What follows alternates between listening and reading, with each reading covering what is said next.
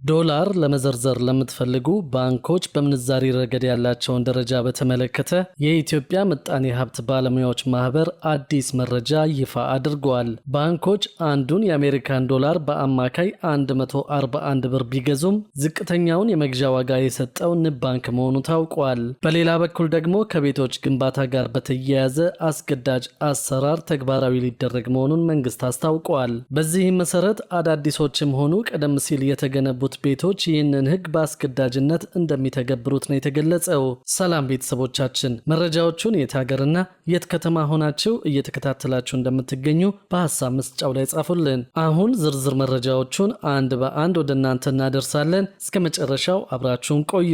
ከቤቶች ግንባታ ጋር በተያያዘ አስገዳጅ አሰራር ተግባራዊ ሊደረግ መሆኑን መንግስት አስታውቋል። በዚህም መሰረት አዳዲሶችም ሆነ ቀደም ሲል የተገነቡ ቤቶች ይህንን ህግ በአስገዳጅነት እንደሚተገብሩ ብሩት ይፋ ተደርጓል። ኢትዮጵያ ያላትን የፀሐይ ኃይል ለመጠቀም በሁሉም ህንፃዎችና ቤቶች ውስጥ የፀሐይ ኃይል መጠቀም በሂደት አስገዳጅ እንደሚሆን የተገለጸው። ይህ የተገለጸው የውሃና ኤነርጂ ሚኒስቴር ከኢንተርናሽናል ሶላር አሊያንስ ጋር የፀሐይ ኃይል በጋራ ለማልማት የሚያስችል ስምምነት ሲፈራረሙ ነው። ኢትዮጵያ ከፍተኛ የፀሐይ ኃይል አላት ያሉት የውሃና ኤነርጂ ሚኒስትር ዴታ ኢንጂነር ሱልጣን ወሊ ይህን አቅም ጥቅም ላይ ለማዋል ከዚህ ቀደም አለመሰራቱን ለዚህ ሲባልም በሂደት በእያንዳንዱ ቤትና ህንፃ ጣሪያ ላይ የህንፃ ኃይል ቴክኖሎጂ እንደሚገጠም አስታውቀዋል። ከዚህ ቀደም አዲስ አበባ ውስጥ በእያንዳንዱ ቤት ጣሪያ ላይ የፀሐይ ኃይል መሰብሰቢያ ሶላር ፓኔል ቢኖር ምን ያህል ኃይል ማግኘት እንደሚቻል ጥናት ተደርጎ እንደነበር አስታውሰው ማህበረሰቡ የፀሐይ ኃይል እንዲጠቀም የግንዛቤ ስራዎች እንደሚቀድሙና በሂደት ግን በሌሎች ሀገሮች እንዳለው አሰራሩ አስገዳጅ እንደሚሆን ጠቁመዋል። ፕሮጀክቱን ተግባራዊ ማድረግ ቀላል አይሆንም ያሉት ሚኒስትር ዴታው ነገር ግን ያለውን አቅም ለመጠቀምና የኃይል ተደራሽነትን ለማስፋት ተግባራዊ ማድረጉ አስፈላጊ መሆኑን ገልጸዋል። የተለያዩ ሚኒስቴር መስሪያ ቤቶችና የመንግስት ተቋማት እንዲሁም ህንፃዎች በቀጣይ ተጠቃሚ እንዲሆኑ የማድረግ እቅድ መያዙንም ተናግረዋል። በዕለቱ ከተፈረሙት 4 ስምምነቶች ውስጥ 400 ሜጋዋት የፀሐይ ኃይል ማመንጨት የሚያስችል ፕሮጀክት አንደኛው ሲሆን ይህም ከ8 ወራት በፊት የተመረቀውን የ200 ሜጋዋት የፀሐይ ኃይል ማመንጫ ፕሮጀክት በእጥፍ የሚያሳድግ መሆኑ ተገልጿል። ፕሮጀክቱ ምን ያህል በጀት እንደተያዘለት በአሁኑ ወቅት ማወቅ እንደማይቻል ነገር ግን የገንዘብ ድጋፍ ሲገኝለት በሚቀጥሉት ወራት ስራዎች እንደሚጀመሩ ጠቁመው የሚጠናቀቅበትን ጊዜ ግን ከመግለጽ ተቆጥበዋል። ሚኒስቴሩ ከዓለም አቀፉ የፀሐይ ኃይል ጥምረት ጋር በቀጣዮቹ 5 ዓመታት የሚኖሩ እቅዶችን እንዴት መስራት እንዳለበት ሁለቱም አካላት ያለባቸውን ኃላፊነት በግልጽ ያስቀመጠ ስምምነት ሌላው መሆኑንና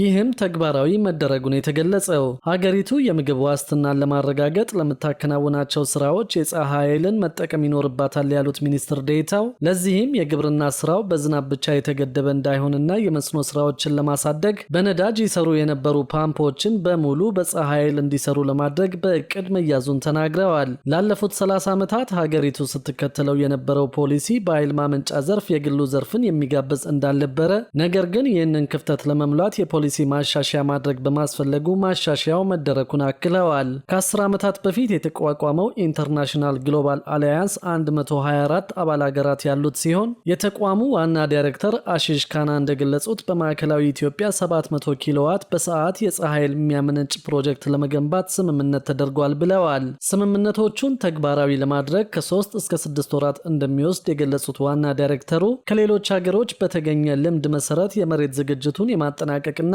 ትክክለኛውን ኮንትራት የማዘጋጀት ስራ እንደሚከናወን አስረድተዋል። በሌላ በኩል ደግሞ ገንዘብ ለመዘርዘር ለምትፈልጉ ባንኮች በምንዛሪ ረገድ ያላቸውን ደረጃ በተመለከተ የኢትዮጵያ ምጣኔ ሀብት ባለሙያዎች ማህበር አዲስ መረጃ ይፋ አድርጓል። ባንኮች አንዱን የአሜሪካን ዶላር በአማካይ በ141 ብር ሲገዙ ዝቅተኛውን የመግዣ ዋጋ የሰጠው ንብ ባንክ መሆኑ ታውቋል። የኢትዮጵያ ኢኮኖሚክስ ባለሙያዎች ማህበር አብዛኛዎቹ የኢትዮጵያ ባንኮች አንዱን የአሜሪካን ዶላር በአማካይ በ141 ብር በመግዛት በ144 ብር አካባቢ ሲሸጡ እንደነበረ ባካሄድኩት ጥናት ደርሼበታለሁ ሲል አስታውቋል። ይህ ጥናት ከሐምሌ 1 ቀን 2017 ዓ.ም እስከ መስከረም 30 ቀን 2018 ዓ.ም የመጀመሪያ ሩብ ዓመት 3 ወራት ጊዜ ውስጥ በባንኮች በኩል ያለውን የውጭ ምንዛሪ ልዩነት እንደሚያሳይ ተገልጿል። ጥናቱ እንደሚያመለክተው ዘምዘም ባንክና አማራ ባንክ በሁለቱም የመግዣና የመሸጫ ዋጋዎች የተሻለ በመስጠት ቀዳሚ ሆነዋል። በባንኮች የተሰጡ የመግዣና መሸጫ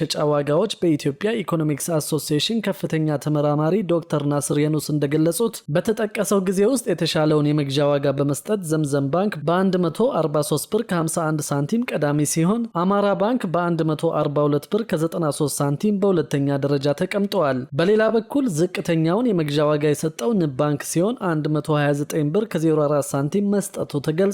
ከንብ ባንክ በመቀጠል ግሎባል ባንክ 139 ብር ከ42 ሳንቲም ማቅረቡን የተገለጸው። በዚህም መሰረት በዘምዘም ባንክና በግሎባል ባንክ መካከል ያለው የመግዣ ዋጋ ልዩነት ወደ 4 ብር አካባቢ ሲሆን ከንብ ባንክ ጋር ያለው ልዩነት ደግሞ ከ14 ብር በላይ መሆኑ ተገልጿል። የመሸጫ ዋጋን በሚመለከትም ከመግዣው ጋር በተመሳሳይ ዘምዘም ባንክ 146 ብር ከ38 ሳንቲም በመስጠት የተሻለውን ዋጋ ሲያቀርብ አማራ ባንክ 145 ብር ከ83 ሳንቲም በመስጠት ሁለተኛ ደረጃን ይዟል። ዝቅተኛ የመሸጫ ዋጋ የሰጡት ደግሞ ንብ ባንክ በ131 ብር ከ63 ሳንቲም ሲሆን ከሱ በመቀጠል የኢትዮጵያ ንግድ ባንክ 142 ብር ከ44 ሳንቲም ከሌሎች ባንኮች ጋር ሲነጻጸር ዝቅተኛ የመሸጫ ዋጋ መስጠቱ ተገልጿል። በዘምዘም ባንክና በንብ ባንክ መካከል ያለው የመሸጫ ዋጋ ልዩነትም ከ15 ብር በላይ ሲሆን ከንግድ ባንክ አንጻር ደግሞ ወደ 4 ብር አካባቢ መሆኑን ዶክተር ናስር አክለዋል። በአጠቃላይ ግን ከተጠቀሱት ውጭ ያሉትን ጨምሮ አብዛኛዎቹ ባንኮች በ3 ወሩ ውስጥ የመግዣ ዋጋቸው በአማካይ 141 ብር እንዲሁም የመሸጫ ዋጋቸው ደግሞ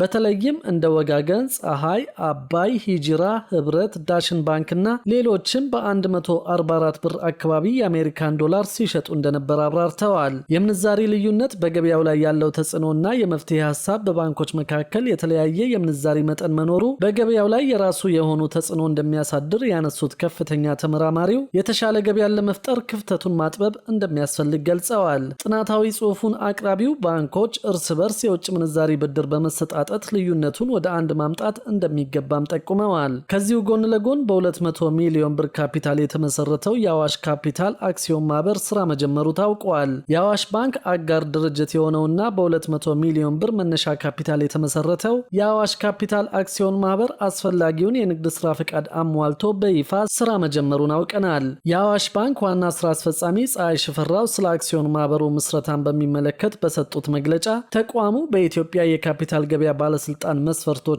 አሟልቶ የንግድ ስራ ፈቃድ ማግኘቱን ገልጸዋል። የአክሲዮን ማህበሩ 95 በመቶ ድርሻ በአዋሽ ባንክ የተያዘ ሲሆን ቀሪው 5 በመቶ ደግሞ በአዋሽ ኢንሹራንስ፣ በኦዳ አክሲዮን ማህበርና በቦርድ አባላት የተያዘ መሆኑን ገልጸዋል። የአዋሽ ካፒታል አክሲዮን ማህበር ዋና ስራ አስፈጻሚ ዶክተር አንዱዓለም ኃይሉ በበኩላቸው ማህበሩ በዋናነት የተቋቋመው የኢንቨስትመንት ባንክ ስራዎችን ለመስራት መሆኑን አስታውቀው ወደ ዘርፉ ለሚገቡ የሀገር ውስጥና በውጭ ለሚኖሩ ኢትዮጵያውያን ባለሀብቶች የማማከር አገልግሎት እንደሚሰጥም ገልጸዋል። ተቋሙ ከዚህ በተጨማሪ ለባለሀብቶች የገንዘብ ማሰባሰብ ስራዎችን መስራት፣ ለአክሲዮን ማህበራት ጥናቶችን ማጥናትና ድርጅቶች በካፒታል ገበያ ላይ እንዲመዘገቡ የማመቻቸት ስራዎችን ለማከናወን ዝግጅቱን ማጠናቀቁን ተናግረዋል።